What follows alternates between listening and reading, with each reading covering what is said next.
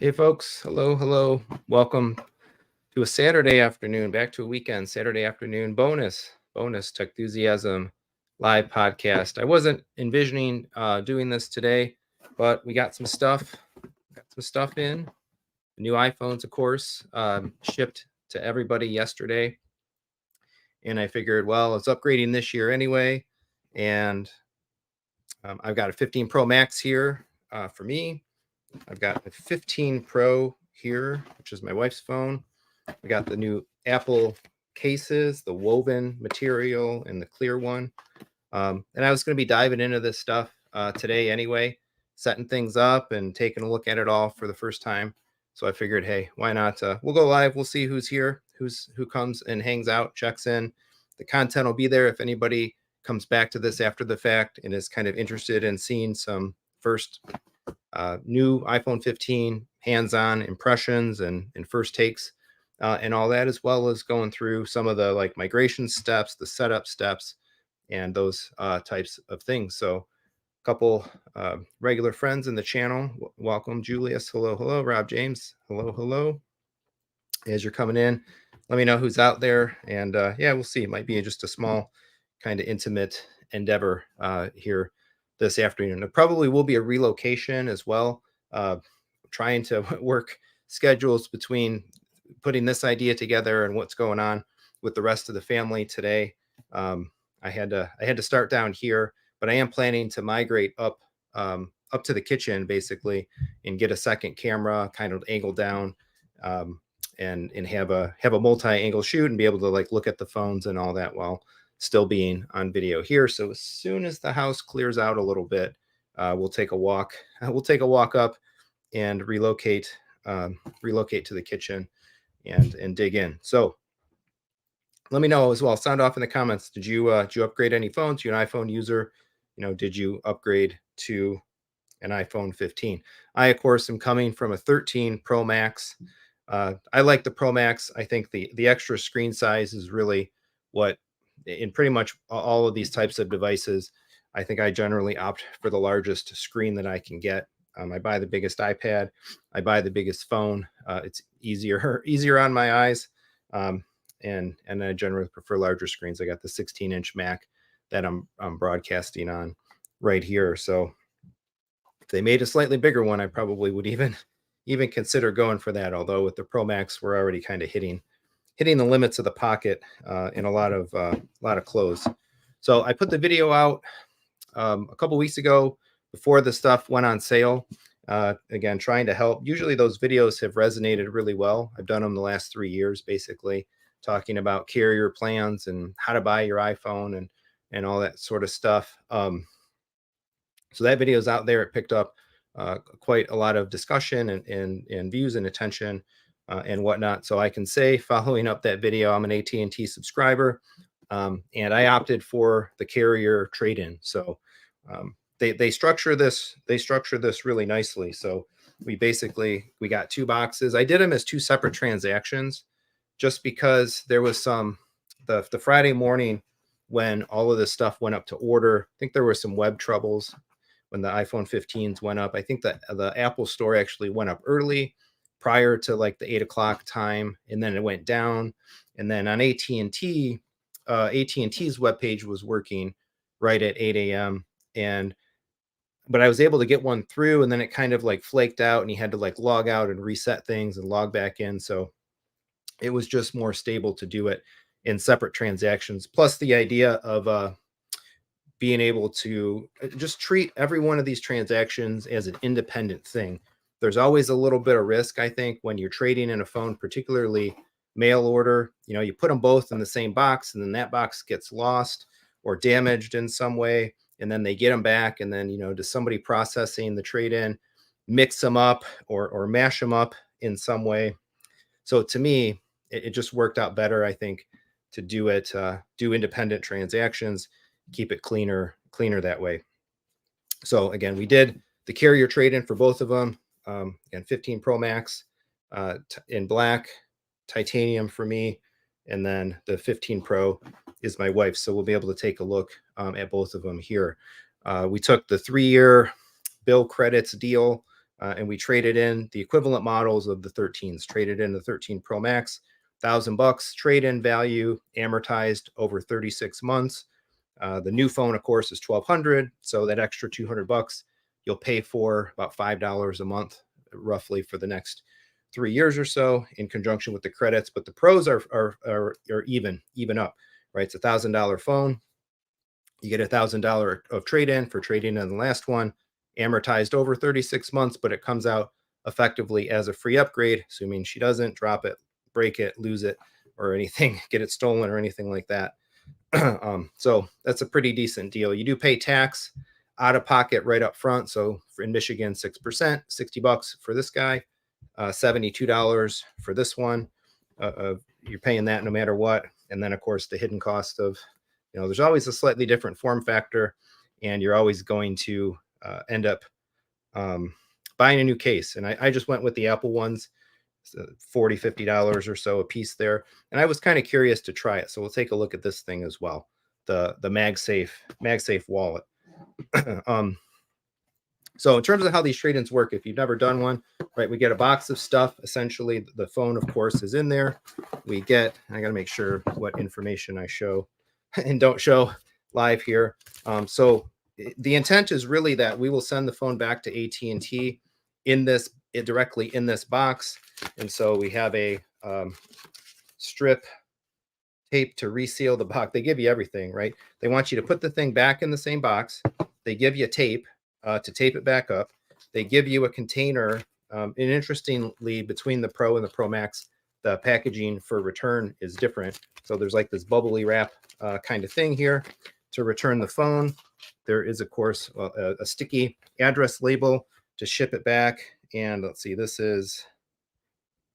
think this is FedEx. Or no, USPS. USPS. Sometimes they do FedEx, sometimes they do others, but that's just US Post Office. So we'll take this to the post office and drop it off. We get a card of information. Now that you've activated your new device, follow these steps, download the app, log in, whatever. That's pretty easy to do. Congrats on getting your newest iPhone. Your new device has an eSIM. That means you don't need a physical SIM card. Setting up is easier. Just turn on your device, follow the on-screen steps to activate it. If prompted, go to settings and download your eSIM. Transferring your number from another provider, we're not doing that. So what we will be doing, though, is like an iCloud migration, which I think is one of the most fantastic elements of like upgrading devices in the Apple ecosystem. And this is just basically the bill of materials, shipping package, receipt. And that's all that's in that box. For my wife's phone, I got to make sure to keep these separate again because I don't want to mix anything up. We make sure that we send her phone back in her box with her label. We send my phone back in my box with my label. And so this one's got a bigger holder. Yeah, start here, prepare advice, pack it up, mail it in. So this one, I don't know how I think we kind of just like slide it in there. This almost feels like less protection for the bigger, more expensive phone. It's kind of interesting, I guess. We got the same packing slip. We've got the same, thanks for choosing the trade-in. This is actually a little bit of different documentation, but fundamentally the same things. The same cards there.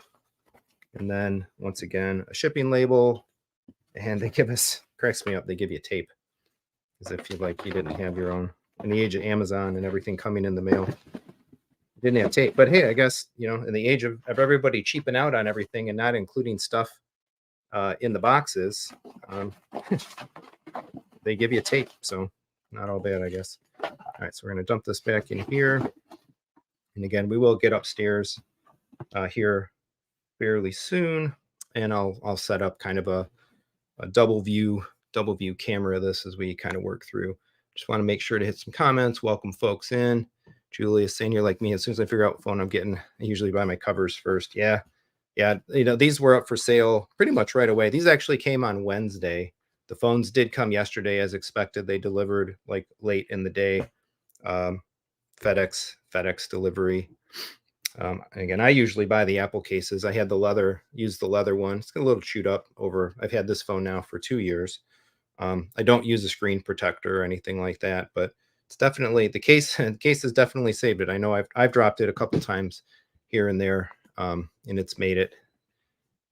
It's made it. I like the Apple cases a lot. They don't do leather anymore.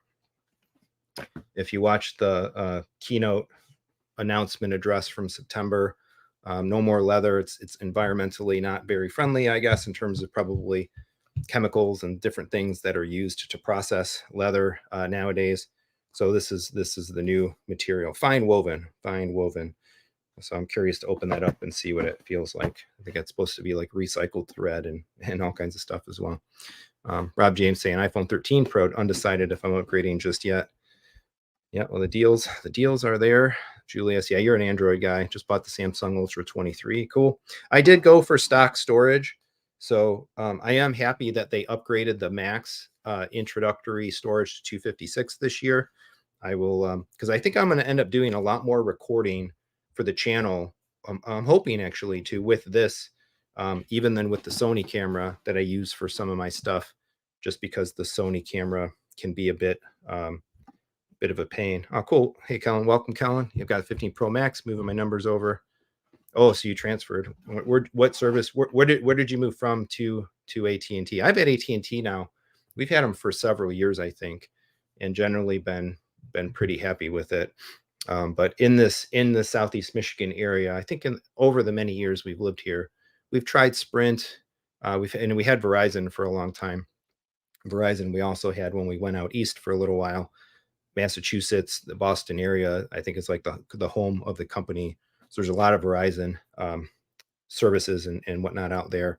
And then shortly after we came back, we ended up making the switch to AT&T, and we've stayed there since. I did get a channel invitation to evaluate and potentially work with Mint Mobile, but I don't know if I'm going to take them up on that.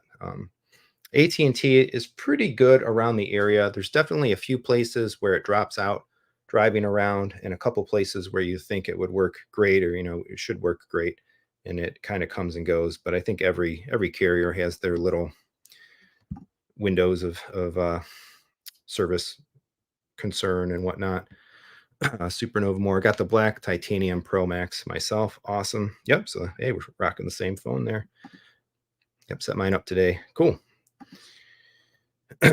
Casetify have really nice cases. They're just expensive. I've been seeing the advertisements from some of the case companies where they're like the last case you'll ever need or something. That seems to be a thing now. They're like more expensive and all that. But yeah, I don't know what that means exactly. If it's like some kind of a case subscription or whatnot. Welcome, Ren, channel member and regular as well. Travis, do you back up your phone to your Synology? So I do have the Synology DS. Sitting right there. No, I only back up my phones really to iCloud. I just let iCloud do it. I think the iCloud backup, restore, and all that in the Apple ecosystem is fantastic. I think it's been great for a while, and they've only continued to make it better, to be able to migrate devices, or if your device goes down, completely breaks, it gets stolen, whatever. Boom, no problem. Just restore from your backup. And as long as you're, of course, all of us are charging our devices pretty regularly, they'll end up automatically backing up to iCloud pretty regularly as well. And part and parcel with that, we subscribe to, I'm just looking at my phone here, we subscribe to Apple One and my subscriptions. So we subscribe to Apple One, which gets us, but actually I buy more iCloud storage. I think beyond what's included as well. So yeah, we got a 2 terabyte iCloud plan. I've actually been debating also taking some of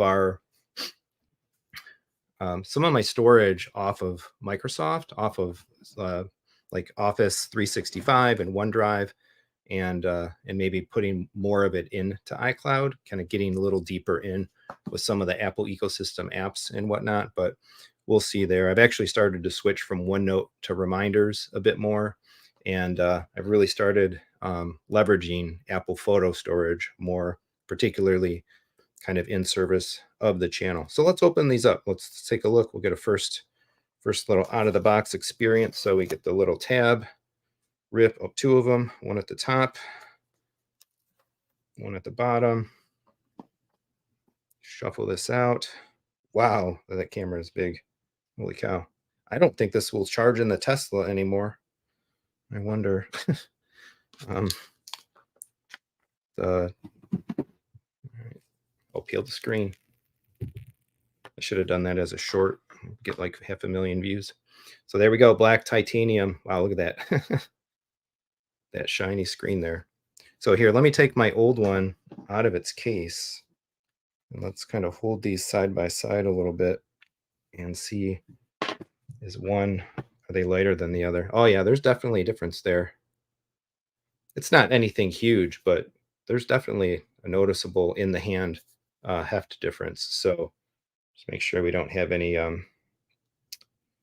if we look at the backs here, similar camera arrays, but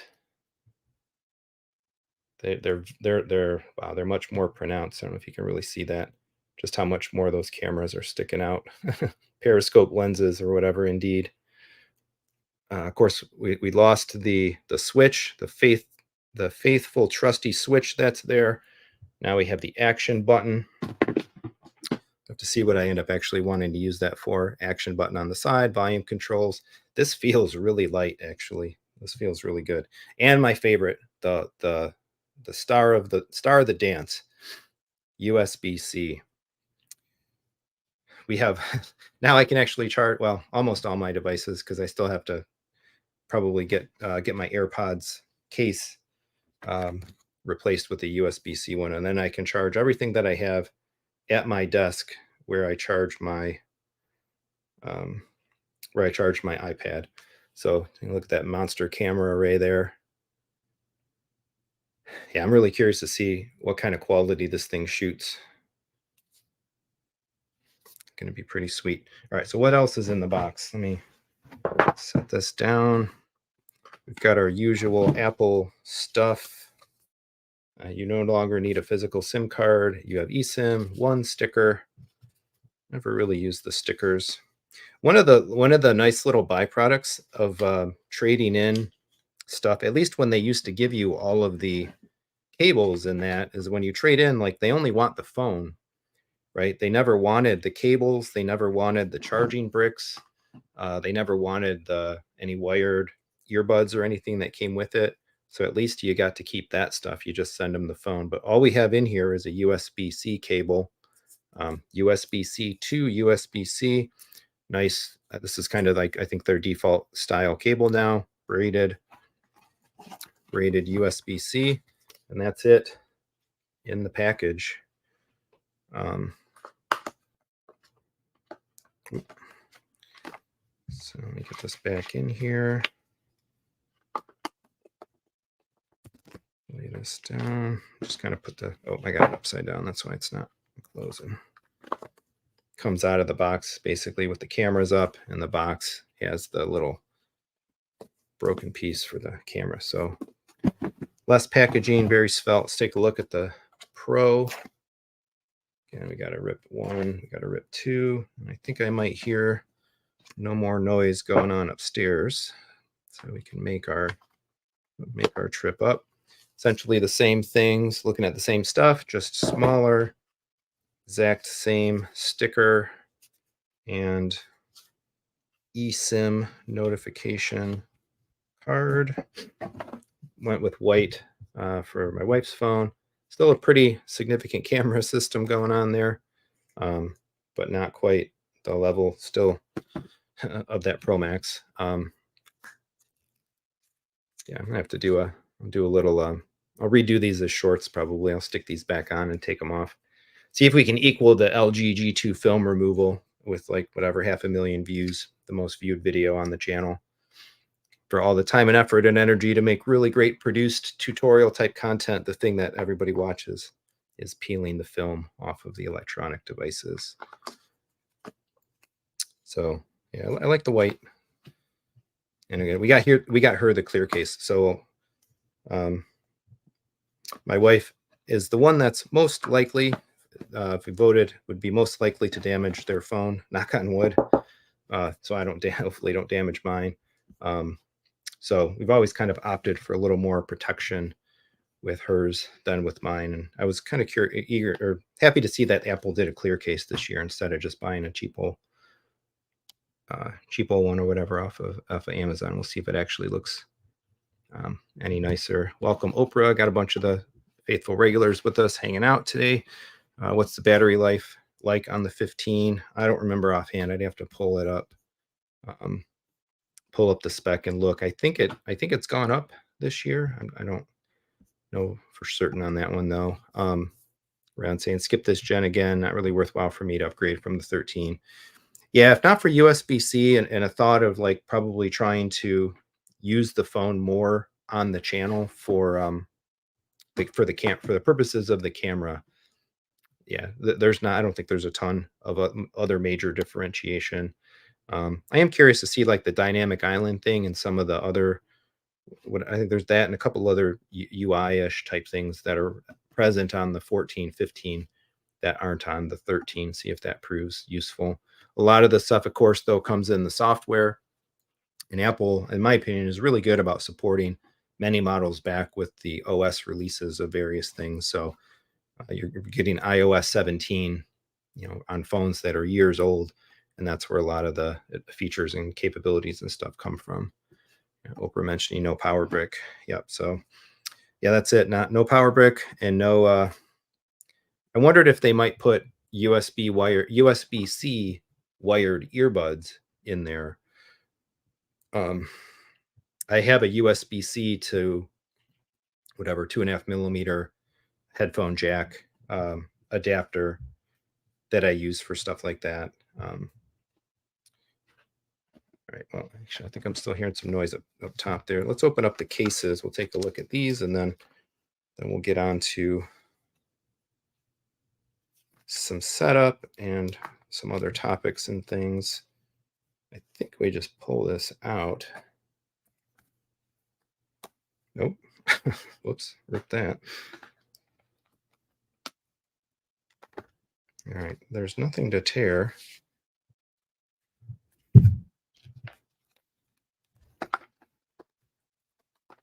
No, there we go. Just had to pop. All right, so here we go. First touch on the fine woven case. We got, what else we got in here? Nothing there. Got some documentation-y things. I don't know why you need to be talking about the materials or whatever. So let's see. I thought it might have a little more of like a braided or some kind of a more textured feel. Not so much though. It's pretty smooth. It just feels like very smooth fabric relative to the it definitely feels like more clothy and less smooth like the leather. We still have the Apple logo there, kind of little able to see. Let's pop it on there and take a look at what we got.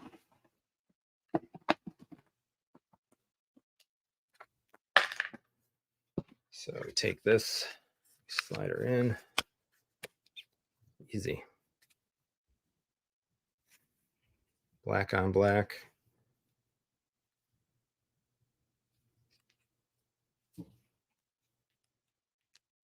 Everything looks pretty good there. And again, whoop. Go away. So 13 in the leather case versus the 15 in the cloth case. Interestingly, the camera array is, I didn't pay attention to stuff like this, but the camera array there is silver. They did the camera array though in black. I wonder if the camera array matches the actual back color of the phone. Let's take a look. Yeah, this one is white. So that's a little subtle change from prior models to this one. Make sure I get the right one. So yeah, I think I'll like this. I don't think this will slip out of the hand too bad. Some nice protection. I like how they have the lip, right? So you set it down, face down, and you're not glass on the surface sliding around. You got a little bit of an opening. I do wonder, the cameras definitely stick out more still on the new one. With the case on, it's a little harder to tell. I think they're maybe a little better protected. but I'll be curious to see. I'll have to report back on that whether whether this thing still works in the Tesla wireless charger position or not. Let's open up the clear case and take a look. So this one actually has a tab to tear. It's different style case. Pop it off. So there's our clear case. It actually has like the MagSafe kind of ring on there. Nice feel to the plastic. I think it does feel like a little bit nicer plastic than the $5 Amazon plastic case that my wife's been rocking on her phone for some time. Peel this off, keep it sticky so later on we can make that short. Go ahead and stuff this in here. Goes right in. Everything lines up like you would expect. 13, there you go. 13 Pro in the clear case. I don't know that. I wonder if she'll like this or not. The one thing, she was going to put a sticker on her case last year and never did. I wonder, might not even bother, or if the sticker actually probably shouldn't interfere with the wireless charging, but TBD there, I guess. What do we got in here? Oh, we got some more paper. I'm just going to slide these back in the box. And we'll take a quick look at this wallet. Open this up. I figured no risk really in buying these. If I didn't really like them, I won't really use them very much. I won't take them out to use them. We would just try them in the house and see what we thought and then return them. But I don't know about you folks, but I carry a pretty svelte wallet nowadays as it is. So this came with just a little insert, I think, holding it in. So the back of the little wallet has an opening there. I believe they only say this is sized for 2 cards. So, I mean, you pretty much wallet and, or I'm sorry, license and a credit card, license and a debit card. But this should just stick right on there. So see how this goes. This is the woven fabric one as well. Basic, same exact feel, touch and feel. Oop, pops right on, pops right off. If we set it down, yeah. So this definitely would break the wireless charging in the Tesla. Actually, I wonder if it's even a bad idea to set it on the wireless charger if you have something like that attached to the back of the phone. If it would end up like thinking that there's something there, so it's going to turn on the wireless charging and then just basically fry the chips in your card or whatever. This is interesting. Like it's not, it feels like it should kind of be keyed, but I guess it just kind of hits in the center. So it's up to you to line it up. There's no like second magnet or whatever. I love the whole idea of the MagSafe, the magnetic stuff, the attachments and whatnot. But I carry a very light wallet, as I was saying. It's one of those kind of like flip throughs. It really only has room for 4 cards and then a little bit of cash inside. But nowadays, pretty much never use cash. 90% of the places that I go, right, or maybe any of us go, a license and a card is all we need.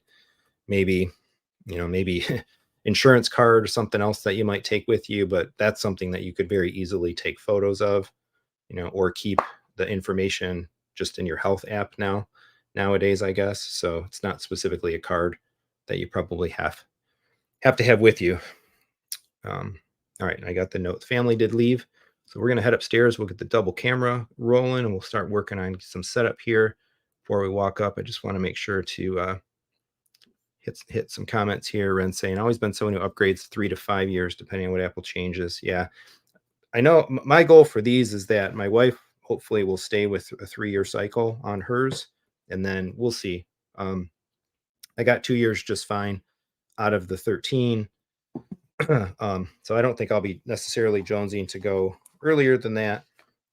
Even though we traded in, effectively on a deal that is a 3-year trade-in deal, it doesn't work out so poorly Getting this one back in is kind of a it doesn't work out so poorly if I decide to upgrade in 2 years. There we go. I'll just pay it off. The little bit of the remainder, call it a an early trade-in cost basis, and do it anyway. I'm gonna throw these tabs away. Let's see who else we got here. Travis, only been a week, and they appear to already be at iOS 17.02 due to a bug. Yeah, not unexpected. Not unexpected. Kaiser Zosa still using his iPhone 11. Wow, nice. Ran pre-use Apple Pay for night. Yeah, I haven't really. One of the things about Apple Pay that I don't like is I'm like very stickler when it comes to some of the financial stuff, and so I was always wondering, like, if your credit card, you use Apple Pay, you go to a restaurant, you go to the grocery store, you go to a couple different places. I itemize all our transactions, I track our spending, categorize things, stuff like that. And so what I don't want to see is like Apple Pay, Apple Pay, Apple, because then it's like, geez, was that CVS? Was that Kroger? Was that the restaurant we went to? Was that Best Buy? Right. And so I'm curious. I need to actually try it, or if somebody can specifically comment, when you use Apple Pay on your actual credit card statement, when things transact or post through, do you just see Apple, or do you see a real indication of like the vendor that you bought the stuff from? Curious about that. Michael, hey Michael, how's it going? Welcome. Is that the Max Pro? Yep. So we got one of each here. We've got a 15 Max Pro. Oh, that's the wrong one. We've got the 15 Max Pro now with the handy dandy wallet. That's mine, and my wife has the 15 Pro. Yeah, I don't like swiping or even tapping card, especially in this day and age. Yeah, I've got it set up. I just never really got to use it. It shows the location and place you bought from. Yeah, maybe now. Well, actually, maybe using this especially, I'll think about doing that some more. All right, so we need to pull this maneuver off where I need to get these things in a box. And then we are going to walk upstairs delicately. I'm going to carry all of these things and the laptop. And we're going to get rejiggered to do some setup. And then I got some other hopefully interesting and fun news about some things that are going on in the system. I got some other gadgets actually that I want to show off. This is going to be dicey. So if you see me go down, we're going down the stairs together. Or if I drop thousands of dollars of cell phones, you'll feel the pain of that mistake in a live format. I think we can pull this off though. Oop. I almost didn't. Yeah, this is real life, man. We got a whole family, household to work around. They are off to kind of a weekend homeschool learning event, which gave me a bit of a reprieve to take care of all of this. All right. Made it. Cool. Let's get the second camera going here. USB streaming mode. So this is something I haven't tried yet, but I'm eager to also see how it goes if we present an extra camera. There it is. Share it, add it. There we go. Stereo vision. Need an Apple Vision Pro. All right, so my goal is to kind of like run through some setup, run through some things here, and go through all this stuff while we're hanging out. So if you got questions, topics, let me know. A little bit of an at-bat. I like doing these streams where we kind of just hang out and set stuff up. I think they're interesting. I hope that they are to other folks. We've done it with Kaleidoscape. We've done it with what if some of the Anthem stuff, the MDXs and so on. All right, so I got to get these all right. So this is my new phone. This is my old phone. This is my wife's new phone, and this is my old phone. Travis, do I see a tickle me Elmo over your shoulder? Yes, there's a variety of things. In the old storage room down there. Michael say, I want to try FaceTime using the phone cam with TVOS 17. It's pretty cool. I did set that up and demoed it. It works pretty well. Probably maybe even do a better video about it coming up. The other thing I want to try out is the tvOS 17 VPN. I did put up the video with the remote finder feature. That was pretty cool, I thought. All right, so actually I'm going to take the wallet off. Let's get the wallet out of the way here. And we'll start with mine actually. So we're going to power on the new one. There's our wonderful Apple logo.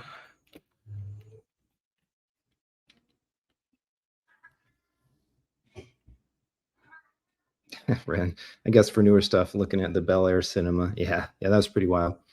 Kellen's in the stream. Actually, if anybody wants one, hit up Kellen. Tell him Techthusiasm sent you. And that you're looking to buy a Bel Air Cinema. If anybody doesn't know what the Bel Air Cinema is, it's gosh, I don't even know what the cost was.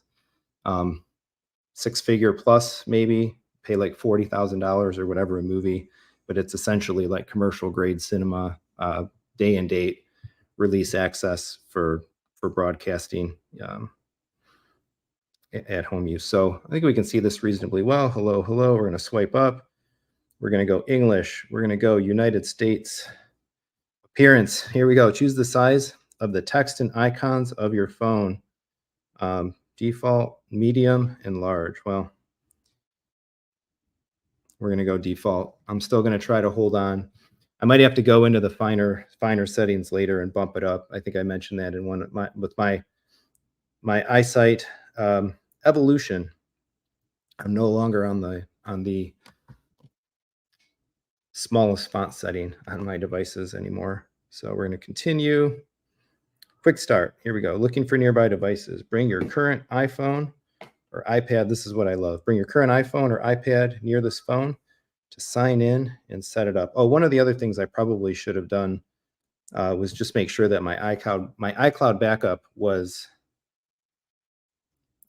current.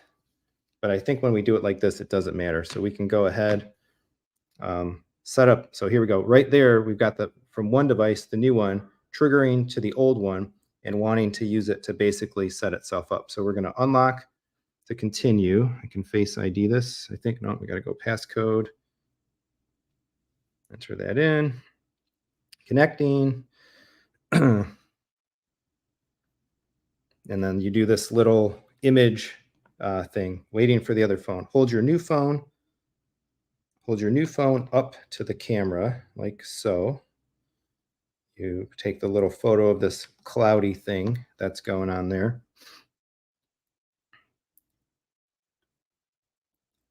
And that's it. So who are you signing? You can sign in yourself or a child in your family on the phone. Well, it's going to be me.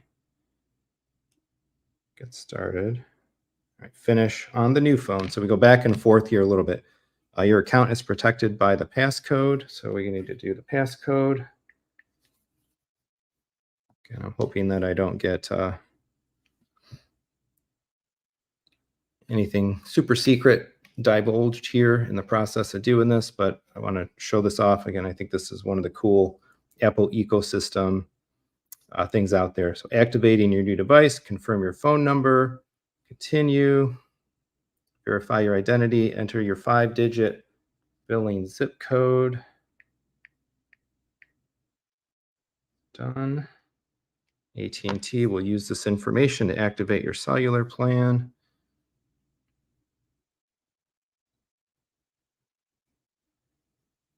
Take a few minutes to activate your phone. I don't know if this makes, I don't think this makes a difference per se when, if you buy from the carrier or you buy from Apple. Buying from AT&T didn't necessarily preload or pre-configure anything. We opened the phone straight up out of the box, brand new. Unless they may have still scanned in perhaps its serial number, its what is it, the IMM numbers and stuff that they do print on the boxes. IMEI, is that the one? Oh, yeah, IMEI. But it facilitates kind of getting everything activated and operational. So this will take a few seconds. Activating eSIM, here we go. Connecting iPhone to cellular network. This will take a few minutes. Perfect. There we go. Boom, cellular setup complete. My phone number is now active on this phone. Continue. All right, here we go. Software update. Update your software now if you want to transfer your data directly from another phone. Yes, update now. Not going to read all that. There we go, downloading software update. And over here, we've got enjoy your new iPhone. When you're ready, come back to get this iPhone ready to be traded in, sold, or given away. Perfect. So we'll let this update here. Take a couple of, just looking through the comments here. Yeah, that's the Bel Air 100K for system and membership fee. Hey, there's stuff out there for all walks of life. And we're still updating. Makes the SSD, yeah, makes Kaleidoscape look like a bargain. Absolutely. Gosh, yeah, the activation process for an old phone and a new one is really seamless. Yep, so good. And this goes for phones. It goes, iPads are the same way. If you're migrating from one iPad to a new one, it's basically the same process with the cloudy photo, and everything will migrate over and adjust and whatever. And then if you, on your Apple TVs, if you have the like single home setting set, it's phenomenal. You get your new Apple TV, you plug it in, you log into your iCloud account, and it sets up your home screen back to the state that it was going into. It downloads all your apps. They go all back into the same positions. It's an ecosystem plus, I think, for sure, of the whole thing. Oh, we lost this here. You know what I can do? I can do this. Let's see, Travis. Ooh, I probably should have looked at doing that. I wonder if I have to do.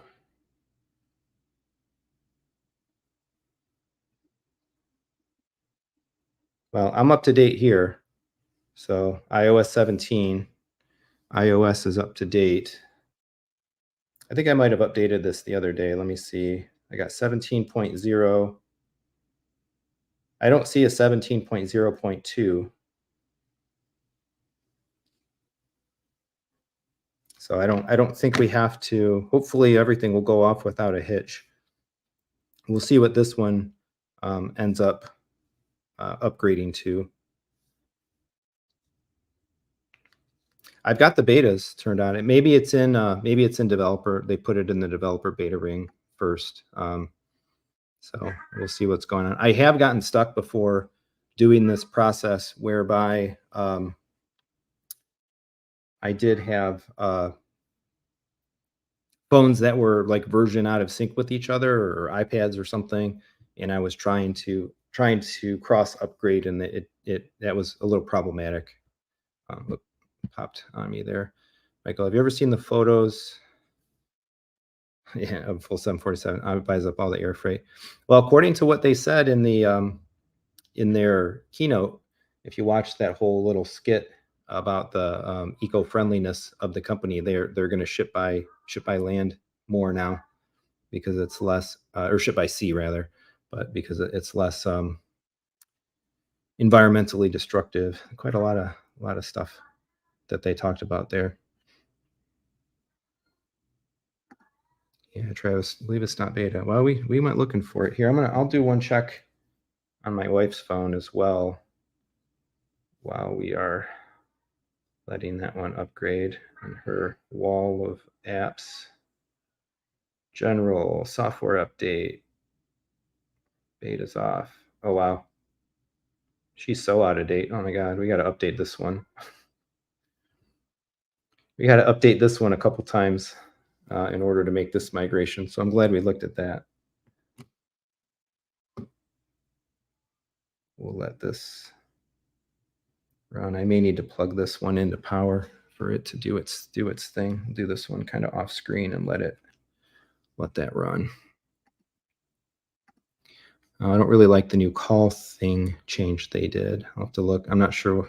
I'm running iOS 17. Didn't they moved some of the buttons around in the phone app, I believe, and then they weren't in a really great spot, and then they moved them back across some of the beta. So we're restarting here. That's making progress. So while it's doing its thing, I wanted to show off a couple other kind of nifty things that I got in. We'll be talking a little bit about coming up. So this is the EV-VR smart plug. I think this is like a Kickstarter or a new company. They got a whole variety of say smart automation plug control type of appliances and gadgets and stuff coming out. They reached out to me and said, hey, would you like to try out one of our plugs? And I'm like, yeah, sure, absolutely, send it over. So this thing is HomeKit enabled, and essentially it allows you to control power state. It measures utility use, power consumption, and all that sort of thing. They have their own app, but I don't believe the app has actually launched yet. So this is still a little bit early. You can't get all of the detailed information through HomeKit yet, but I got it activated. Again, I got it activated in HomeKit. It's working. And I think I might either throw it on like a refrigerator for a little while, or I was debating actually to plug it in between the rack and say like the UPS that powers all of the rack for a little while and then track some time. I'll do a video on this showing off some of its features and capabilities. So that just came the other day. Pretty neat. I think these are like 100 and some dollars. But they've got them cheaper in their like pre-order initial phase. And then this was just something that I bought. We're restarting here. Let those updates kind of roll. This was something that I just bought. I was browsing Instagram, and it's called an Air Moto. I don't know if anybody's ever seen this, the Air Moto. It's basically a mini air compressor, digital, like electronic air compressor. So you turn the thing on, and let me get to this view. Oh, other one. Flip around back here, boom. So let the phones upgrade. So you turn it on, it's got different modes. So you can like, that's units, sorry. So there's a car mode, there's a motorcycle mode, bike, ball, and then kind of there's whatever user mode. You can change units from PSI to bars to KPAs and so on. But it's got a flashlight as well. So if you hold the up button, you got a little flashlight that turns on. And it has this adapter. So you screw this in here. And then you screw this to what you're inflating. You set your PSI desired and boom, turn it on and it goes. So it's got like some super powered mini air compressor in the palm of your hand, charges via USB-C. It's $80. It was on Amazon. I'll probably put a link up to it, or maybe probably even do a little video on it. Comes with a little mini bag of attachments as well. So you got the ball insert inflator, and a couple of other ones. I think that one might be actually for the bikes. Not sure what this other more cylindrical one is for. And then a little USB-A, USB-C thing. You get a little carry case. It's $80, but I've never bought an air compressor for the house. And one of the things that drives me batty is low tire pressure on the cars and having to stop in the winter, stop when it's 100 degrees in the summer. And the air compressors at the gas stations, half the time, they never work. They're broken, or you pay $2 a pop for a minute worth of air. And I don't want a big old air compressor in the garage. I don't really have a need for that. So again, I was just scrolling Instagram and this thing popped up, took a look at it. It's like, holy cow, I need that. So yeah, $80, I bought it. I inflated 3 and like 90% of the fourth tire of our Explorer yesterday, testing the thing out for the first time. Charged it up to full, and the big tires on the Explorer, they were all a little low they were probably in like the lowish 30s, and cold, the tire pressure is supposed to be 35. But it didn't have enough juice to do all 4 tires. So I recharged it. And I got to go out there and finish the last one off. So, all right, here we are. Let's see. There we go. Okay, we downloaded. So we got appearance here. If I can, yeah, there we go. Improve the production value here. Text size and icon, accessibility, yeah, that's fine. Continue. All right, quick start. Oh, here we go. So now we still need to get these phones connected, setting up the new iPhone. Your Apple ID will be used. All right, we're going to retake the photo. Hold your new phone up to the camera of this phone. There's that cloud. There we go. Getting things ready. I just want to make sure, again, what pops up and what doesn't pop up. Continue on your other phone. We're going to do it as me. Enter my passcode. Data and privacy. Yeah, sure.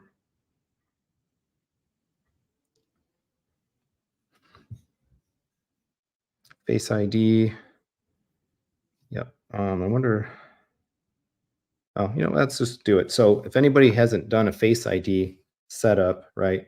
Position your face in the camera frame, then move your head in a circle to show all the angles of your face. So I'm going to do this. Let's get started. Position the frame within your face. There we go. Move your head slowly in a circle. So you got to kind of give it the whole view. Probably should have shaved today. There's that one.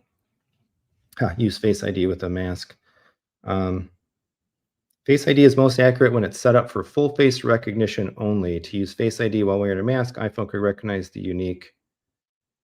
Use Face ID with the mask. You won't need to wear a mask during this setup. Well, who knows? In case we have another pandemic, we'll just do this. It's just one more. Sweet. Boom. There we go.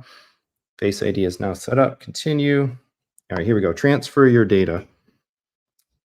You can download your data from your temporary iCloud storage or transfer directly from another phone. Download from iCloud. We're going to go transfer from another iPhone. This is a little faster way to do it. Setting up our Apple ID. Keep these next to each other while we do this. There we go. Just checking my wife's phone here. It's preparing that update. All right, terms and conditions, agree. Signing in.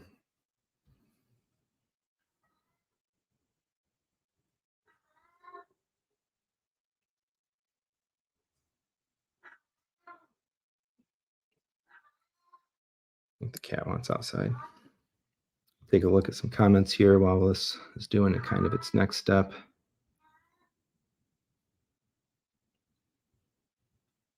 Yeah, still talking. So yeah, we'll see what's what with these updates. So far it's going through. Yeah, shame in the household. Yeah, she doesn't update her stuff, obviously. Usually everybody else's devices get updated when I grab them and decide to do that. Michael talking about the power protection distribution in the AV rack. I have a CyberPower 1500 watt UPS, and I have a Furman line conditioner. So everything except the amps runs on the UPS, and then the amps run on the Furman right now. Julius, the main pain of setting up a new Android phone is inputting the ID and passwords to all programs I have. Yeah, so that's where I love this too. Apple does really well with this. So much Face ID and all that, helping out. All right, make this your new phone. Here's everything set up as you had it on your other phone. Apps, settings, wallet, and connections from my Apple Watch. Let's go. Continue. Location services, sure. Sign myself away. All right, this is some Apple Wallet type things here. Next. I think I had the right security code, terms and conditions. Sorry, I got to block this part off. All right, card added to wallet. Cool. I need to double check the code for this one. Bear with me 1 second here.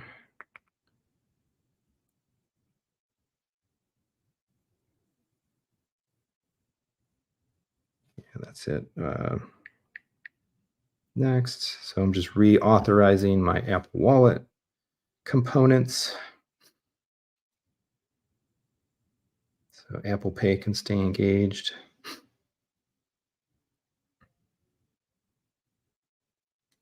Come on. One more. All right. Uh,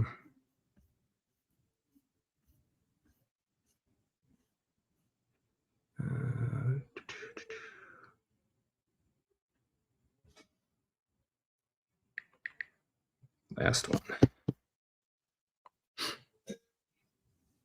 Travis. Yeah, you sound like Misha. Holy cow, I need that. No, I mean, I swear to God, like having low tire pressure go off is like one of those things. It's one of my pet peeves. I can't stand it. And this thing's small enough. You just keep it charged and keep it in a glove box. Um, we had trouble with our Explorer actually all through kind of this last winter, where one of the wheels was losing pressure quite regularly. So now we have a remedy. All right, Apple Beta software program. Yeah, of course we're going to stay in the betas. Emergency SOS. Yep. All right, here we go. Transferring data. So this is the step that'll take a little while. I think an estimated 10 to 15 minutes. See, Julie's saying, also have the air compressor, a pancake air compressor in my garage. Takes up very little space. Cool. Yeah, I need to get the. It goes pretty high PSI as well. It'll do up to like 120 in the bike mode, and certainly high enough PSI. I forget what the car rating one went to. High enough even for the Tesla, which the Tesla nominal air pressure in the Tesla tires is recommended at I think like 42. So higher than in our Model 3 Performance, a little higher than normal. Oh, welcome, Sammy. Hello, how's it going? Set up mine last night. Cool. I finished getting today. Yeah. Even after you do all this, you kind of still have to spend some time like opening everything up and logging through everything. So there's some difference right there, right? We have the what do you call it? The black thing at the top versus the dynamic island on the new one. Curious to see how that works out. So my wife's phone is updating. We've got the iPhone, we got the 13 Pro. We won't be able to start the process on that until this one goes through multiple iOS upgrades to get it up to current. And then if anybody has an over under, this will be a fun one. Anybody have an over under on how many apps will require updating after the OS update is complete? Throw a number in the chat. Play like a Price is Right game. How many apps, quantity wise, do you think are out of date on my wife's phone? I can tell you it probably is not a small number. All right, so I think we're kind of stuck here. We got a pretty good crew. Welcome everybody again. Kind of put an impromptu live stream, a little bonus podcast together here Saturday afternoon. Of course, the new iPhones came out. I've got an iPhone 15 Pro Max that I'm upgrading from my 13. We got my wife's 15 Pro. We did a little bit of an unboxing. We talked about the trade-in programs. We've been walking through kind of this iPhone setup. Interesting that the new one keeps wanting to go to sleep faster. That might just be. I always set up my devices to stay awake longer than not. All right, my wife's is still. We've got upgrades going on there. We had the new cases to talk about. They're actually on the phones. So we had the new Apple clear plastic case for the 13 Pro with its pictures and stuff there on the back. We have the new fine woven case, the leather replacement for the Pro Max, and then the MagSafe wallet. I'm gonna give that a test out as a replacement for my regular wallet. All right, we're going here. So yeah, If you're just joining in, let me know if you bought an iPhone 15. Did you set it up? What do you think so far? I really found I like I can feel the heft difference. The titanium just feels a hair lighter, feels just a little bit nicer. Now we're in the case, of course, so goodbye to the nice feeling titanium finish. I don't have the guts to use a phone without a case. I think I would be damaging it over the course of a couple of years for sure, irreparably, to the point where I'd be wrecking the trade-in. But we made it this time. Two phones should be going back to AT&T, and there should be no reason why AT&T opts to cut our trade-in values down based on how those phones were, how they look, and how they were maintained. I don't even hardly have any scratches or anything on my screen over here. So while we're doing this, I can talk a little bit about. So I got a video. I think I'm going to put it up on Monday. It's the one I'm going to put up on Monday. I need to finish. I'll probably finish it after we log off here. I don't know how long we'll go. Probably not too much longer. Hopefully we'll get through the setup of at least one of these and play around with some of the phone a bit. But I'm going to be selling some equipment. So I think I've got some plans in mind. Earlier in the year, I was talking about doing some new things in the living room over there, like rebuilding that wall and rejiggering some stuff. I still have that on my agenda. Like that'll get done at some point in time, but I think that's going to be more of a 2024 project than a 2023. And so I think instead I'm going to focus more on some other audio aspects through the remainder of the year. I've been saving up all the revenue for the channel, pretty much only gated. The things that I'm planning are pretty much only gated by the income and revenue generated by Techthusiasm, since the money that comes in is kind of kept retained and put into the next things that are going on coming up, but I want to kind of use it intelligently. But I think I can go ahead and mention hopefully arriving, I think maybe by the end of next week. I was talking out of having gone to Audio Advice Live and talking with the folks there at SVS. I got a couple of SVS subs that'll be on their way. They're going to send over a pair of SB16s for kind of an extended demo, and of course, I'll have the option to purchase them as well if I want to keep them. So one of my hopes or plans for the room is to get it up to get the home theater up to 4 subwoofers, especially now that we got the chairs in there and what's the next thing. So I want to get up to 4 subs, and the other thing that I'm contemplating doing here sooner than later, or in conjunction with that, is I want to be able to individually calibrate 4 subwoofers in the home theater. So I think it's time likely to make the AVM 90 upgrade, and I think I'll be able to pull that off here coming up. So it leaves me in an interesting situation where I'm going to have too many Anthem devices, and so I'm going to need to sell one. If I end up going with the 90 will go into the theater, and then I'll have a 70 and an STR. And I've been debating like which of those two is better served to run the system in the living room, because there's some very definitive kind of pros and cons in that decision. I like the STR. It obviously has kind of the higher, got the other phone booting up here. It's its first upgrade. The STR is kind of the higher audiophile build quality versus the AVM 70. However, the 70, of course, has HDMI switching as well as eARC and CEC, which is something that I could take advantage of. The AVM 70 has the web UI, which I really, really like, being able to pull that up. The STR lacks a web UI, and not that they didn't put it in there, they just didn't develop it when the STRs came out. Certainly any follow-up model to the STR would get it, but there's no possibility to roll it back. And the Anthem app that's been in test flight beta testing for some time is supposed to work with all the devices. I definitely have some network challenges in my house with some of the Anthem stuff, some clashing, I think, going on between like Control 4 and an Anthem. So I've never been able to have the app reliably work connecting to the STR, but I have been able to have the app connect to the AVM. So I figure, well, if I have a 90 and a 70, I can probably use the app very reliably, whereas with the STR, I can't.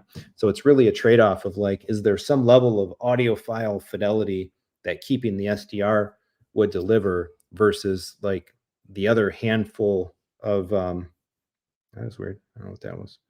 Um, versus the other handful of benefits basically of sticking with the 70. I don't really want to put any more speakers in the living room, so I don't need more than 2.2, and that's really what the STR is purpose built for. Size really is inconsequential. I got a bunch of rack space, so whether the STR being a 2U versus the AVM 70 being a 4U is not a concern. I can house either one properly in the rack downstairs. But I had to jump through. So right now, I got all my sources going into the TV, right? Optical audio back out of the TV down to the STR. Right now, we're going to do the iOS. So her phone is getting 17.0.1, very specifically labeled as 17.0.1. So we'll let that one run. That won't take probably more than a few minutes. So optical audio back out. I'm able to get Atmos in higher fidelity, all the higher bitrate stuff that I want out of my sources. But I feel like having HDMI would give me more flexibility, and I can take out. I have to use, in order to use an Apple TV remote to control volume of the STR, I have to use an IR repeater thing. It's all installed and it works okay, but if I stick with the AVM 70 and I use the HDMI connection, I think it'll just it'll take that out. I can eliminate that from the system. One other thing kind of gone, some extra wiring gone from the system. Are people seeing these bubble thumbs up? I don't know what that's coming from. I'm like seeing that in the stream video, and I'm not doing anything to make that happen. So yeah, so I'm pretty much, if anybody in the community, and again, I got more of a video kind of thinking through this out loud that I think I'll put up on Monday. But if anybody out there particularly is interested in an Anthem STR, that would be available, I think, for purchase here in pretty short order. I'd be putting it up for sale. I definitely need, in conjunction with the money that I've got in the kitty from the channel to do some of these things, I definitely need the resale value back from the devices to kind of facilitate everything, because the 90 is not an inexpensive piece of kit. And then from there, it's the amplifiers. So the other thing that I'll offer up to folks watching or folks in the channel community is if you're interested in any of these parasounds, I've got an A31 and two A52 pluses. And I think I want to also kind of complete the migration to Class D. So all of those amps could potentially be available for purchase. If anybody is interested in any of that gear, just go to jeremypowell.com and reach out to me through the contact form, and we can see what's what. So yeah, it should be fun. I'm kind of curious to get up to 4 subs. I'm really curious to see how, another model of sub, now with some more experience and understanding of my room and placements and what the Arendals are doing in different locations, to see if another make and model behaves any differently, and all that. Just looking at some of these comments. Michael asking, mix and subs doesn't matter. No, they're all sealed. So that would be the main thing to keep in mind in terms of mixing and matching subwoofers, is stay in the same type of build. Don't mix. Generally speaking, I think recommendation is you don't mix sealed and ported subs. But the Arendals that I have are sealed, and the SB16s are the sealed version of theirs. So they'll go together just fine.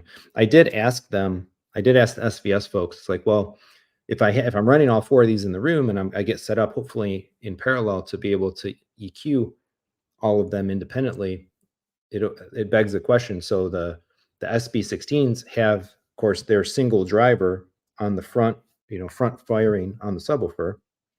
The Arundels are a dual side firing configuration. Why am I getting, is anybody seeing the thumbs up? It's like a floating thumbs up that's appearing on the screen. I don't know, is if that's something that you folks are doing. Maybe that's when somebody likes the video. Is that a new thing in StreamYard? It's like a little bubble thumb. I see it popping up randomly on the screen. Kind of interesting. I've never noticed that before. But yeah, so they'll go together just fine. And the main thing is, like I said, I was wondering, do I put the SB16s up front, and do you put the Arundels in the back?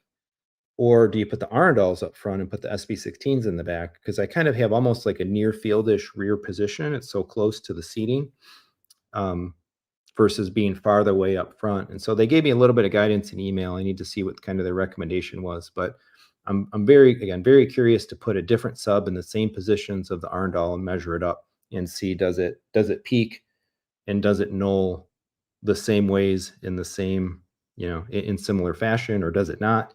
And kind of what, especially the differences of the different design methodologies and whatnot between them. So I think that'll be fun. Um, just looking here.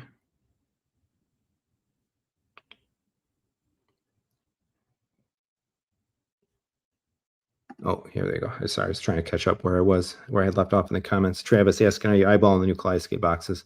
Oh, for sure. It would be cool. The way that we use our Kaleidoscape, to me, like increasing or decreasing download speed, reducing download speed is a virtue to me.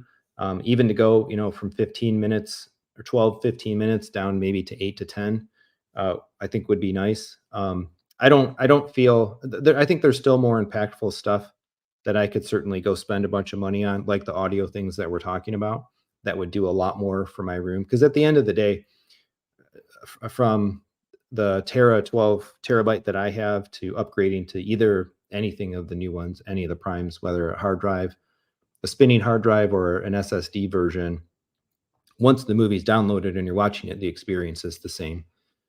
Right. So the only reason to really upgrade or change it out would be because I'm very, very keen on either the performance and performance consistency benefit. And that would be for going all the way to an SSD model, or I just flat out wanted to get more storage. And so I'm pretty comfortable even with 12. I wouldn't mind getting up to 22, could keep a little bit more, keep up a little bit more resident and all that. But we'll see. We'll see what comes, um, of Kaleidoscape options for Techthusiasm kind of coming up. But again, I feel like to me the more impactful stuff to do right now is the audio things that I was mentioning. Yeah, hard to beat your 2S subs. Well, yeah, it's just a matter of talking with companies, wanting to try some different stuff as well. I would be absolutely happy to have two more 1723s in the room. I'd be happy to go after some other bigger subs, some 18s. There's definitely some other folks that I want to talk to. So, I kicked up some conversation with the folks at SVS at Audio Device, and sat in the room for a while, demoed, we chatted for a good bit after, kind of struck up a really good rapport, and said, hey, let's do something together, and that. So it kind of segued into them sending them, and given kind of the state of the room, the level the room is at, we were able to make the demo agreement to send two of them. So I'll have them. What'll happen with them in the longest of the long runs? We'll see if I opt to keep them.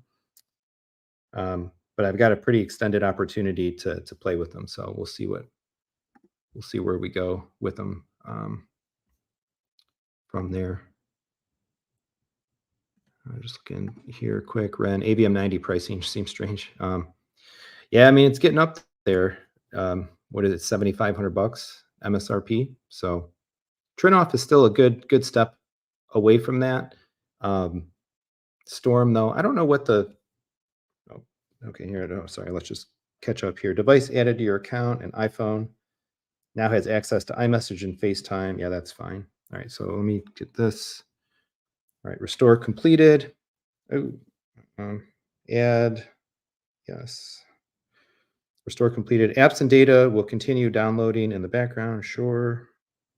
Silent mode. You can toggle silent mode on and off in Control Center. Great. Action button. Here we go. New stuff. Press and hold to turn silent mode on and off. You can also customize action button to open camera, turn on the flashlight, or access a favorite iPhone feature. Let's customize. So we got silent mode, focus, turn focus on and off, or to turn focus to a specific mode. Flashlight. I wonder if this works while we're.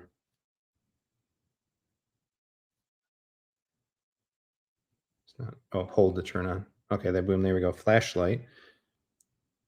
So we hold to turn it on. Okay, and we hold to turn it off. All right, so other option there. It did give a little haptic blip.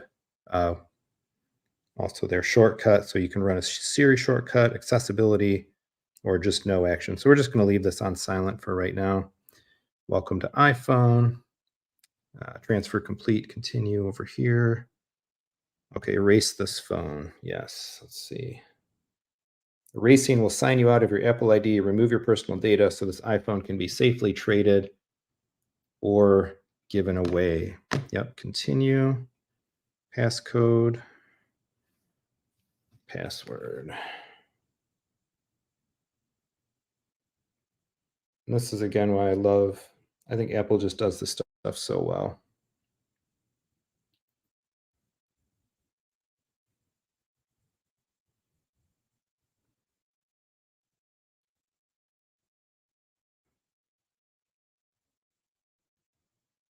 Of course, did I not get the password right? Sorry, bear with me 1 second here. There it goes. All right, are you sure that you want to erase all data? This cannot be undone. This will erase all media, content, eSIM, and settings from your iPhone. You can choose to keep or delete your AT&T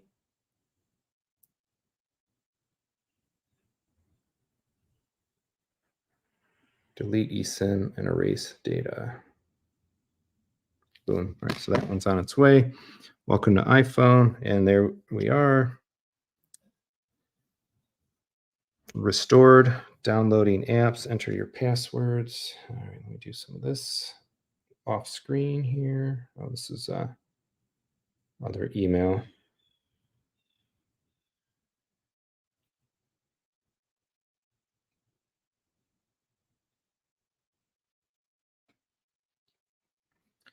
All right, so that's going to go ahead and just automatically. So this guy's automatically erasing, didn't have to do anything, just kicked right in, took care of all of its stuff. It will be ready to toss it in the box and send it on its way. And this one, it got my Wi-Fi. It's taken over, right? This is now my new phone. Apple Watch was not paired. Let me grab the watch. We'll get that paired up.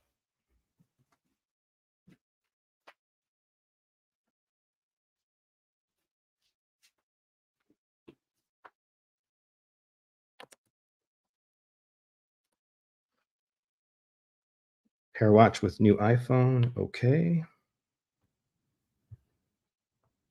Try again. This is an old watch, Series 4. That's probably something I'm not going to upgrade for a while to come yet. Let me just make sure I'm catching up on some of the discussion here while let these things kind of do their thing. Yeah, so talking about that AVM 90 versus some of the other stuff. Yeah, here's where we were. I don't know what the first storm entry price is, but yeah, we'll see. We'll see. What amps did you buy? Will you buy? So I'm really still a little bit torn, I would say, between considering. I want to go Class D. That's what I would like to experiment with. I know that just because it's something new, it's something different, it's something that I haven't really had before. And I would say I'm on a mix between if I want to be a little more, say, cost value minded. Buckeye is an option. The other one that I'm thinking hard on is NAD. So we'll see.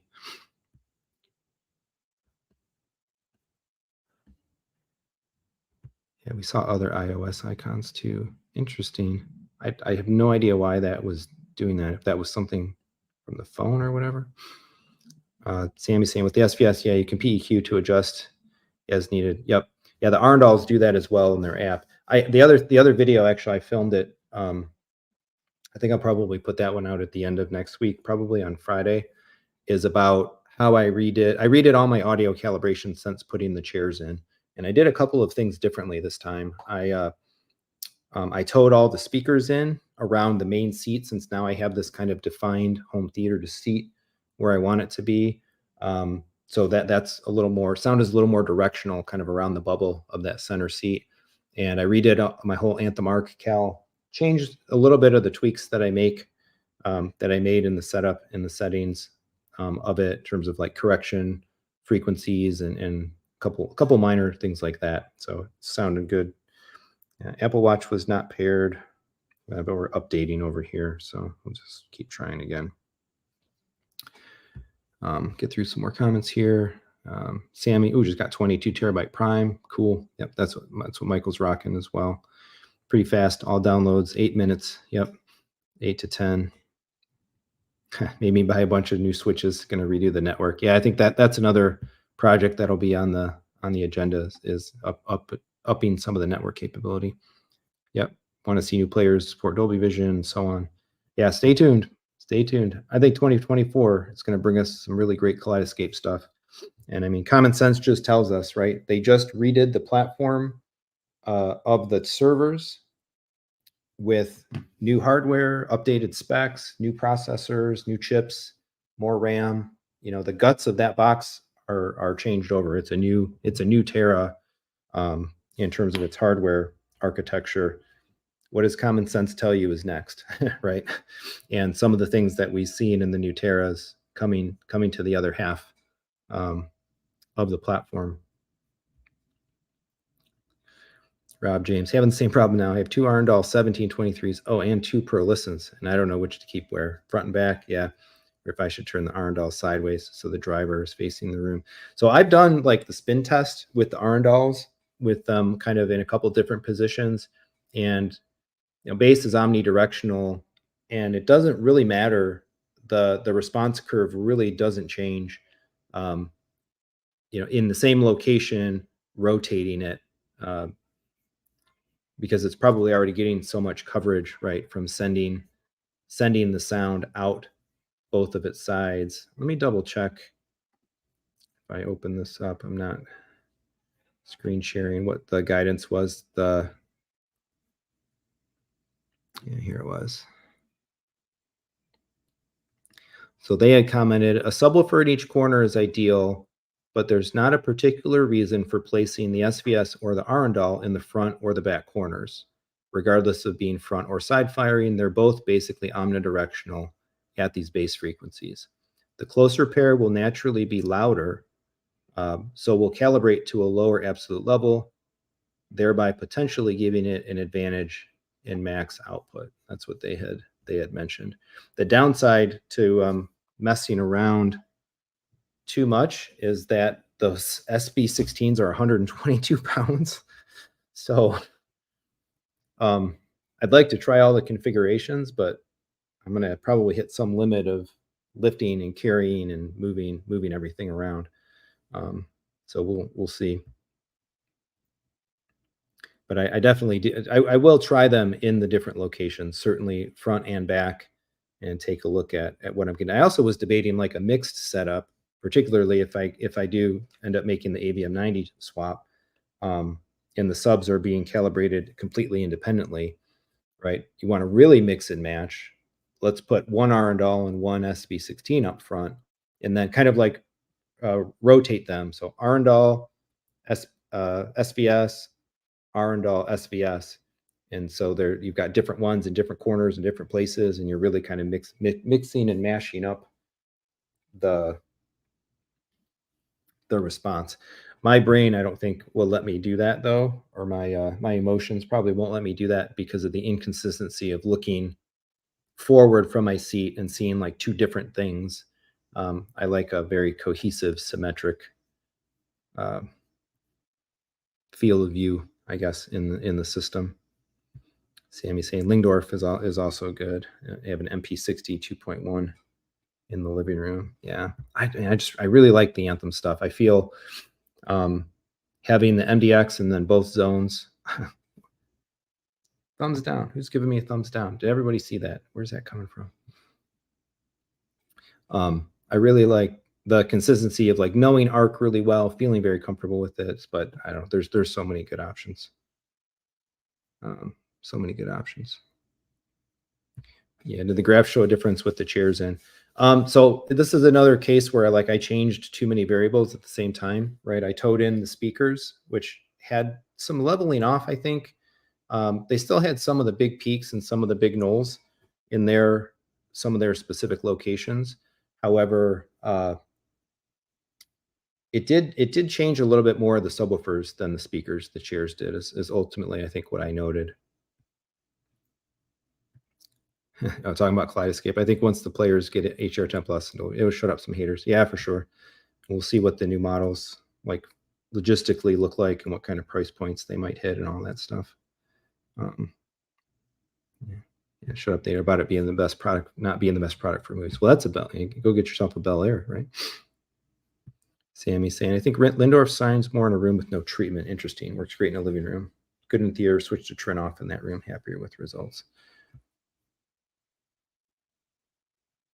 yeah, my one buddy that helped me move all those chairs in, man, he did some work with me that day for sure.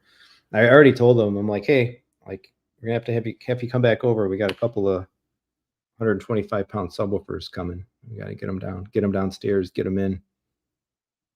One of my big concerns actually about taking the subwoofers and moving them from the front of the room to the back of the room is now that the chairs are in, that row is very wide and it's taller. I don't have room to like just walk kind of freely, kind of have to shuffle along the side of the row of chairs to get from the front of the room to the back of the room. And doing that with a 125-pound brick block in your hand is probably a recipe for like pulling back. I'm probably actually going to have to recline the chair so that I can kind of like shuffle sideways, holding the subwoofer to get past like over the chair. It's not just the kind of thing that you're going to pass. One of us stands in front of the chair, one of us stands in back, and I just hand it to him or something. So pretty wild. All right, so the watch finished. We got the watch face back up. And I think we're good here. Well, there's all the Apple stuff. So Apple reinstalled all their things, and got my wallpapers back. Everything's looking pretty cool here. Action button. Let's try to do this silence. There we go. Silent mode. Ring. Silent mode ring. I think that's actually a little nicer than the Switch, honestly, because when you have the Switch, you kind of have to end up looking at it. You may not be quite sure which one it's in or on or whatever, and that's a little more eyes free, hands free. So I got to set up the dynamic island here. Let's do this. I'm curious if I start up. This is one of the games that tends to take a little bit to load. See if it feels any snappier. Although it usually does connect online. Wow, that was fast. That was very fast. That was probably like half as long as it took to launch Marble Snap on the old phone. Pretty happy with that. That's pretty cool. Kaleidoscape. Let's try this out. See how quick. Oh. Wow, that's quick too. Normally, there's a little bit more of a wait. I've been noticing a lot more on this lately, where the movie posters and stuff it just takes a little bit more to kind of get everything on the screen. That was awesome. That was instantaneous. Pretty sweet. Oh, I need to put the posts up as well. If you're in the ecosystem, there's some really good sales going on still. I think we've still got a little bit of time for the Pixar bundle. We've got Middle Earth on sale for a little while. Some more content sets coming in, and then with Expendables 4, there's a new like action movie sale as well. So posted up in the community tab. But yeah, we got the pre-order for Expendables 4, $30, not too bad. Lionsgate. Not sure when that'll be coming out. They tend to announce early. What else? Anything specific anybody wants to see on this 15? Let me know. My wife's phone is still updating here. It's doing the iOS 17.01. Let me actually see, since we had some consternation there. General software update. Let's see. Okay, so I got 17.02. This is showing 17.02. This one wasn't, but it still went through. So I guess that wasn't a big problem or concern there. Beta profiles. We're on, yeah, public beta. It's all good.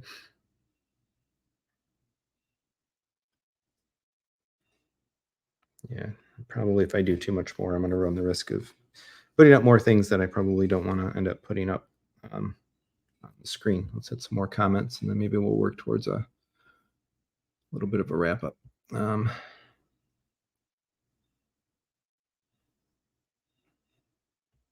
Yeah, that would be one thing that would be fun to try. I haven't done anything with Dirac, so there could be some opportunities maybe to demo something with Dirac coming up.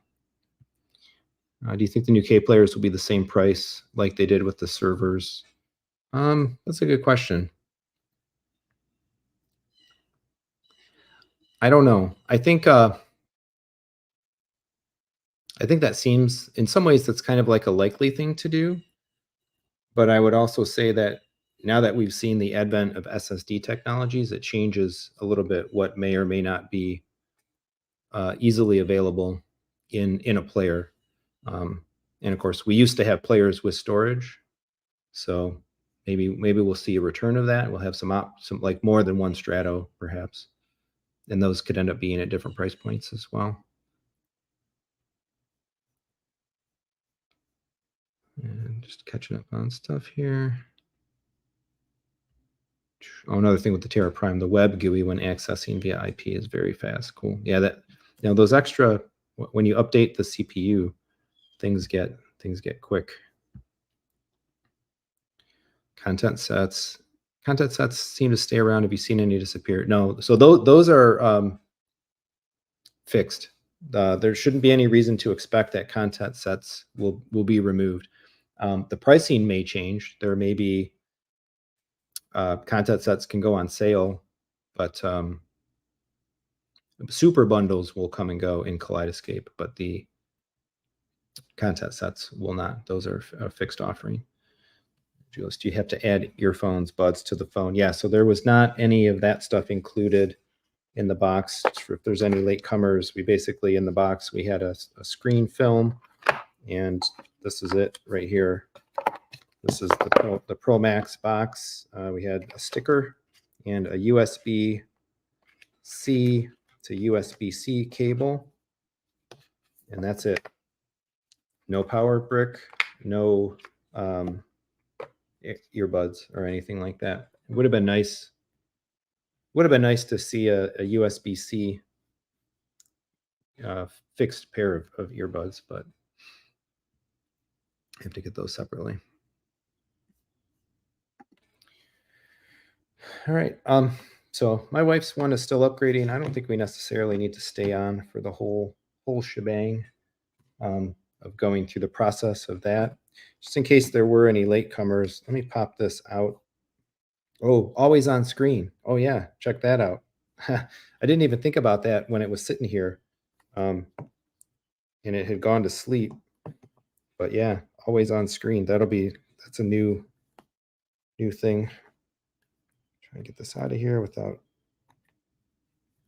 Come on.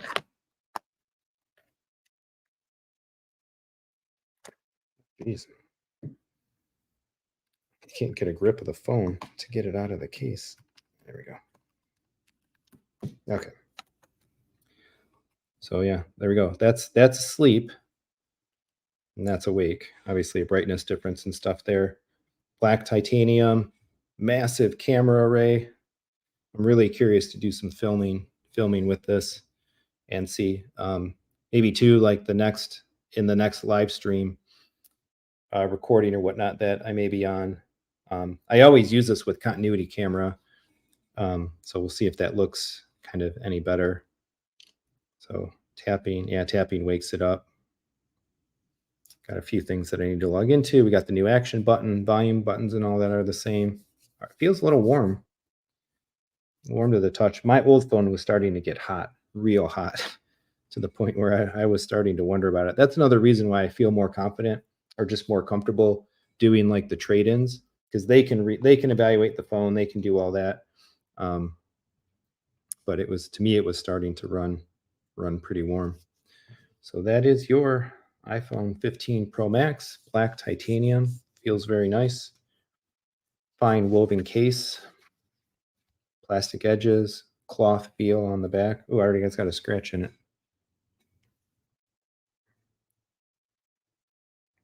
There you go. Can't return it now. Although I would have kept the case anyway. But I think what I might do is put both of these phones together and do a slow peel of the films. Put that up as a short this afternoon. See if we can get 500,000 views. All right. Any last comments, questions, thoughts, observations?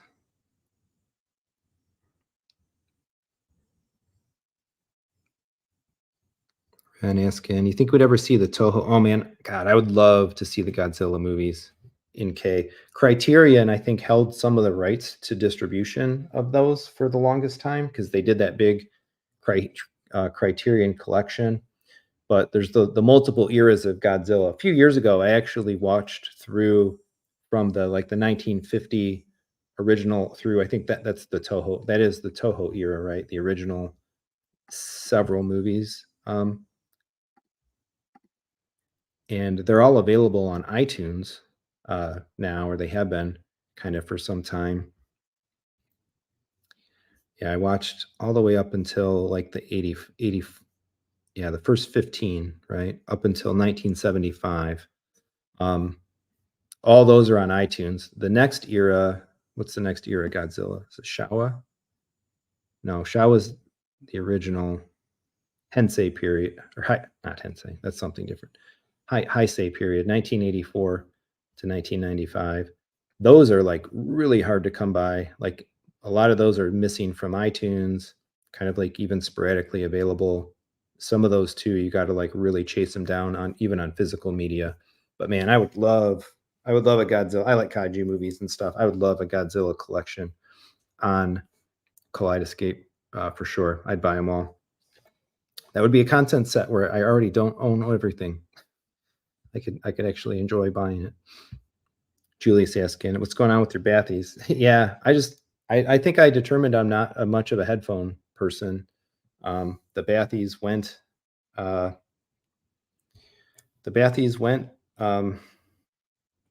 in the box, or not in the box, in the case, and they've kind of been sitting at my desk there. I am really curious to break them out though. Actually, that might be a video that I want to film really quick here after we get offline before the family comes back. They added new firmware. I wonder if I can show this because I think I have the.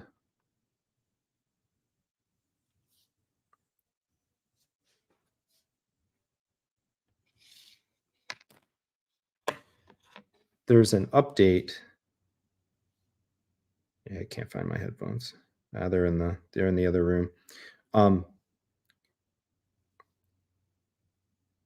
There's been a new firmware update for the Bathos, and using this app, you can actually like hearing test yourself. Let me grab them because this is really cool.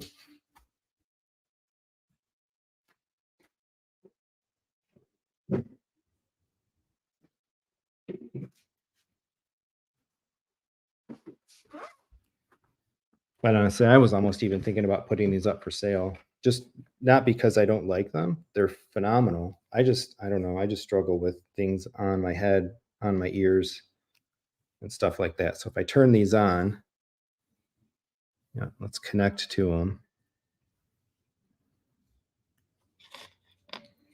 And then I think we have to, yep, there we go. Install new firmware. Before starting the firmware update, please ensure, okay, yep, pair it.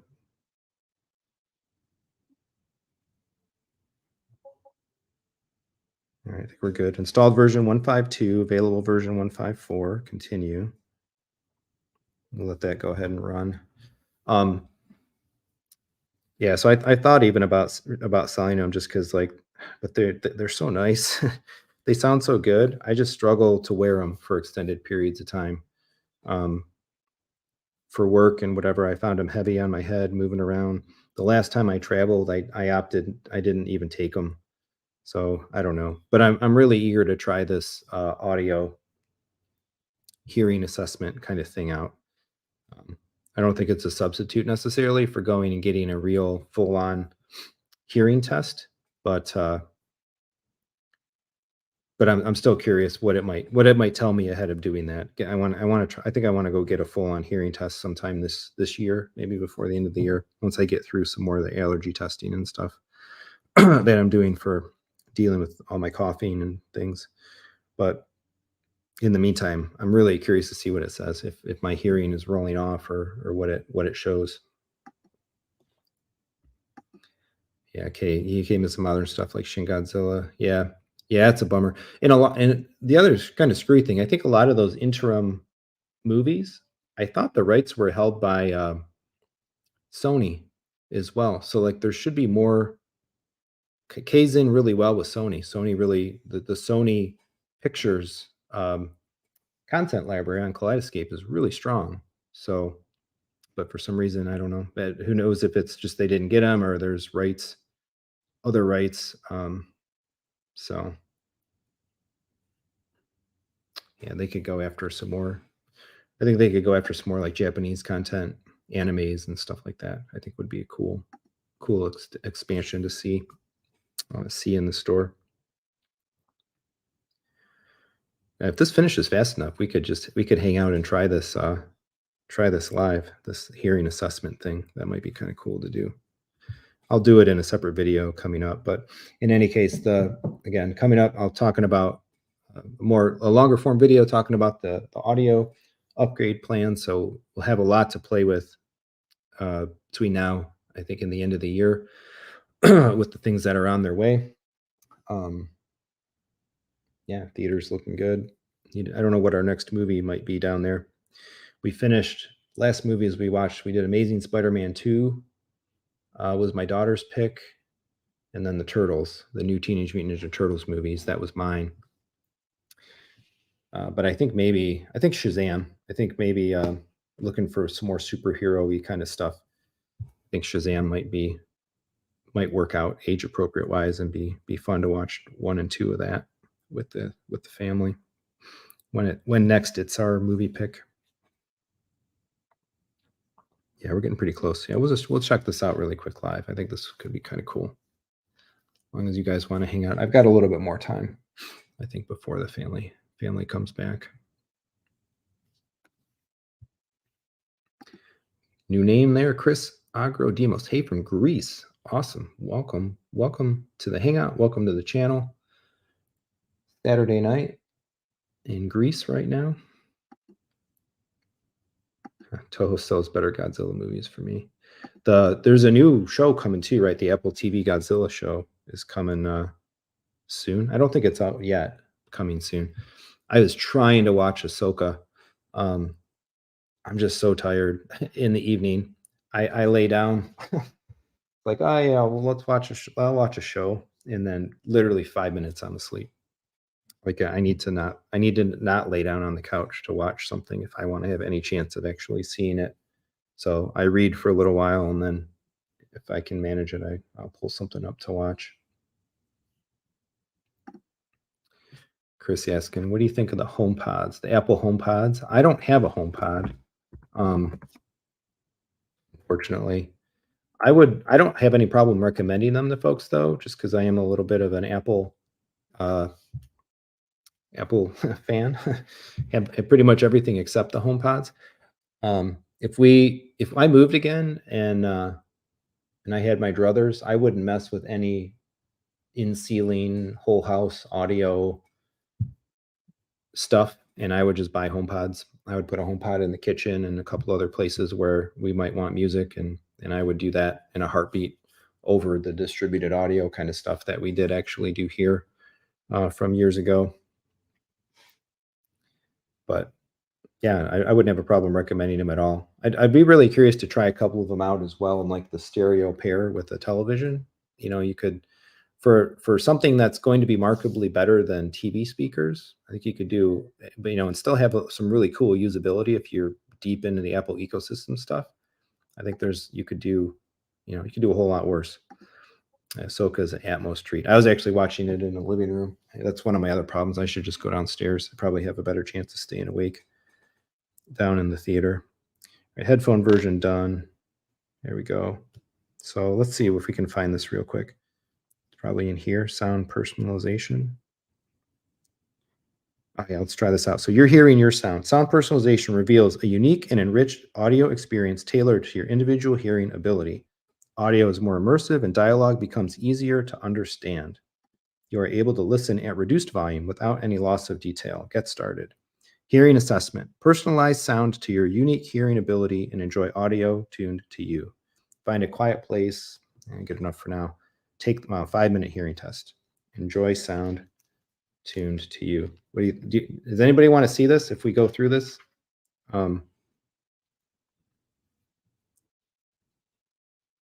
Hearing estimation. I don't know why these are two separate things. Often hearing is age related. Select your year of birth. Huh. Oh, okay. So you can either do a real test for you, or you can just say like, I'm old. Put it on the old guy curve, and give me superior audio for my old ears. Yeah, Monarch Legacy starts 17th of next month. Cool. Yeah, I'm gonna be watching that for sure. Travis saying you have a Mac desktop mini or others. No, just the MacBook Pro. This is a 20. It's the M1 Pro MacBook Pro 16-inch.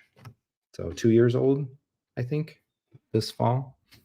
It's my one computer. I'm the only one in the household that uses it. It's my daily driver. I sit on this for my day job at work all day, and then of course I use it for all of the channel stuff as well.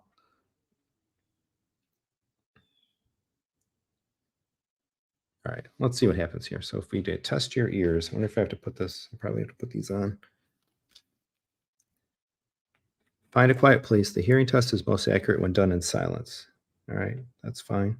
All right, when were you born? Oh, wait, I'm going in the wrong direction. Yeah, 1976. True story. I actually thought I was turning 48 this year, and I'm not. So I just gained an extra year of life. When were you born? 1976. All right. Do not disturb, audio effects. I think we're good with all that. Select a volume that is loud yet comfortable. Use the slider or the volume buttons on your device to adjust the volume.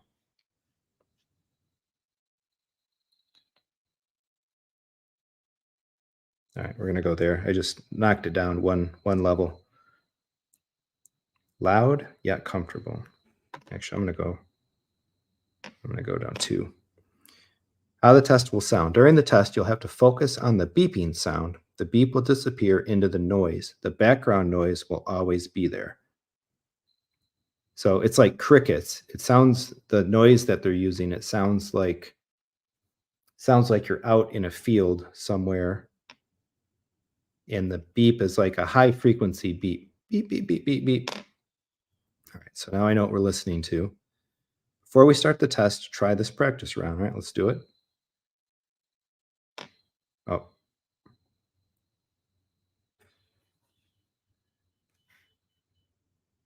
I want to go back. Oh, I think I messed the whole.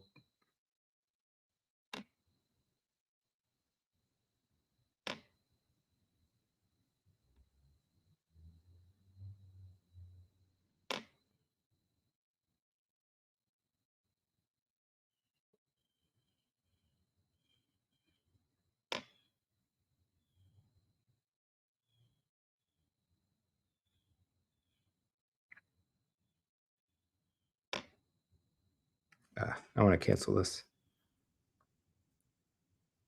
exit test because I'm such a moron. I put them on backwards. Okay, so that was interesting. It like basically plays background noise, and then the beeps fade in and out, and you have to press and tap like when you hear the beep, and it'll come in and it'll go away, and you press it again and it comes and goes. Let's try this again. Test your ears. Sure. Oh, I gotta re-enter the age.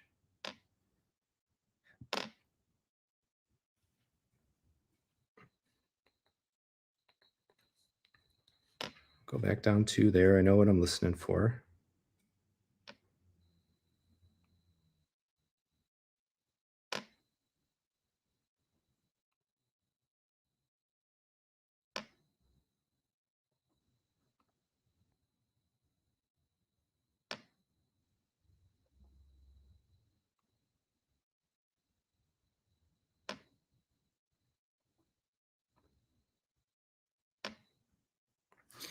So I was picking up the beeping right away, very, very, very, very quickly, almost to the point where I needed to push immediately. All right, so let's see. Start test. Left ear.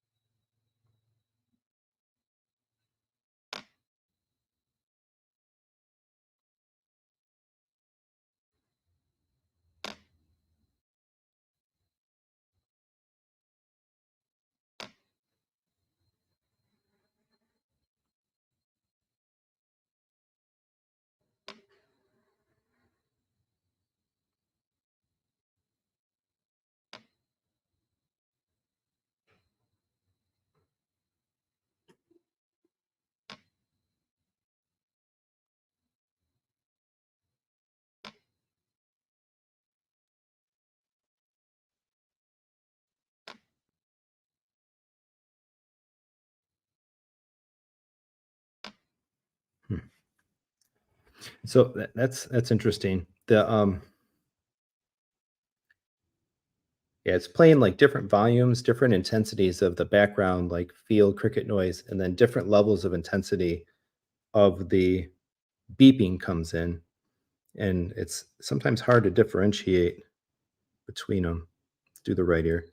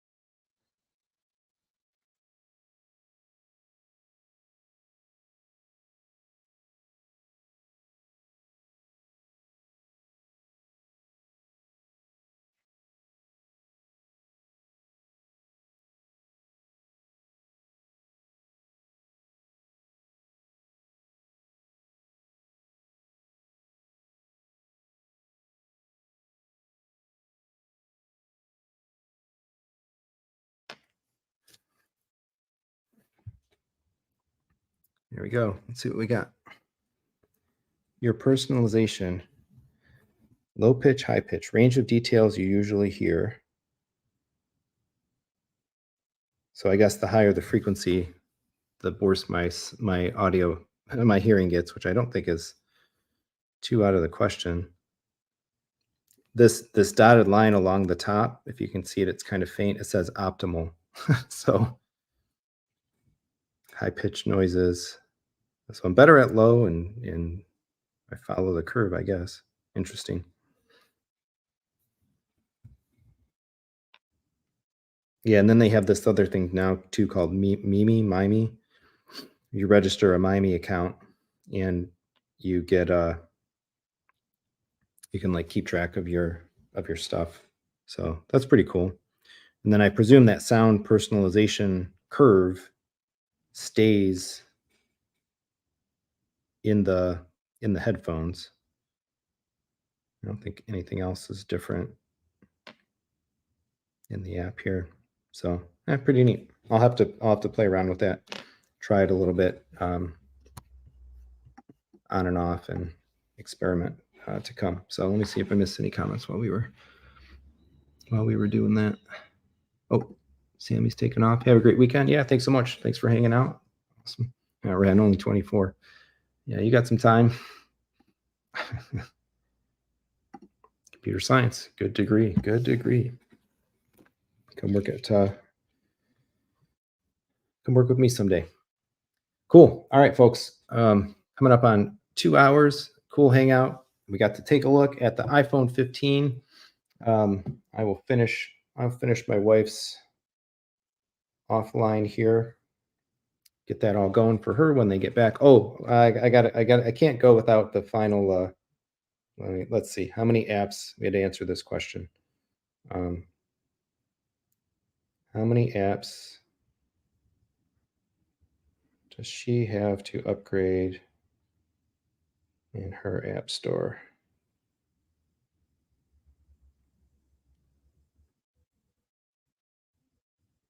46.